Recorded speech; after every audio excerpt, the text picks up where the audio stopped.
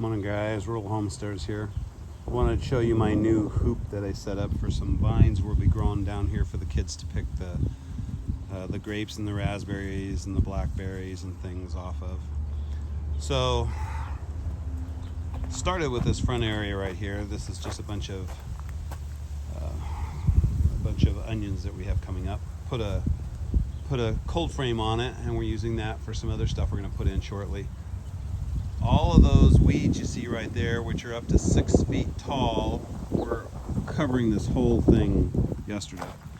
We went ahead and got all those pulled out and started putting our bed together. This hoop is a 16-foot arc made out of two 8-foot arcs that we stapled together. So here's what I'm talking about by stapling them together. You take a look right here, you'll see these little staples right here. These are hog rings that we've put on, and as you look, you can see we did it all the way up to the top. That's a better view of what the hog ring actually looks like, and it goes all the way up the center. Also goes all the way through. If you're looking at it from this angle, you can see how we've got them tied along here all the way down. So I can't get a good view on that, but as you can see, all the way down, we've stapled those things together, and then we also put some zip ties in between to hold the tops down. Once all the vines get in there, we'll entangle the vines, and the vines will hold it, so we'll be good to go from there. So after we created the arc with it, we put them up against these 3-foot pieces of rebar that we've got right here. They're pounded into the ground every 2 feet all the way down, and that's what's holding that in place and keeping the arc bent like it is right now. We then took a bunch of carpet and put the carpet underneath this walkway before we covered the walkway up, so that we've got a nice clean walkway that we're not going to have a bunch of weeds coming up through. Then every 2 feet we put one of our plants that we have going up over the top here.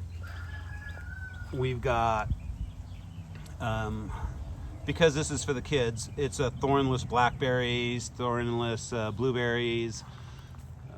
We've just got a ton of different types of plants coming up on both sides. Now we have gophers out here.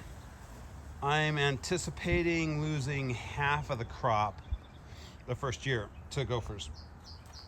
That's why every 2 feet we have something planted in there. On top of that, I've taken cuttings. I took cuttings once already this year. I just took some more. These are our what are they? Moondrop grapes that we have growing out front. So we took a bunch of cuttings. We have those in the dirt right now. These are some of the cuttings from the blackberries we took several months ago. You can see the ones that are going to survive. They've got little tiny buds coming out. So a lot of those are going to be ready a couple months from now to go in here and fill in for whatever we lost. That way we'll end up having some crops that'll be coming up, and this thing will all be covered up by the end of this year. And that will be our that'll be our little area for the kids to come out when they want to come take a dip in the pool. But before they do that, they want to play in the garden. They want to pick some of the stuff that's in the garden. And we've kind of centered it right along here. I'll get water to it here shortly, and that will be our little grape haven for the kids. Hope it gave you guys some ideas on what to do. I got those panels from Tractor Supply Company.